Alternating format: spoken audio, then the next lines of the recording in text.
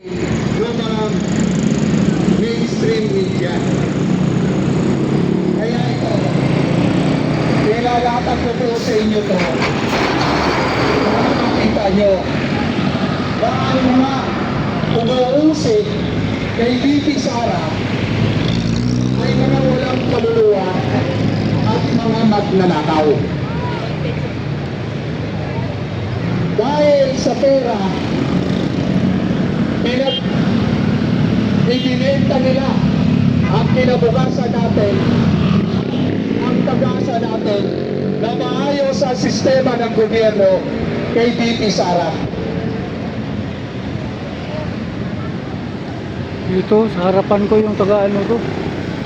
Medyo mahaba. Taga saan sila? Taga saan sila? Pero, Si Minay? po,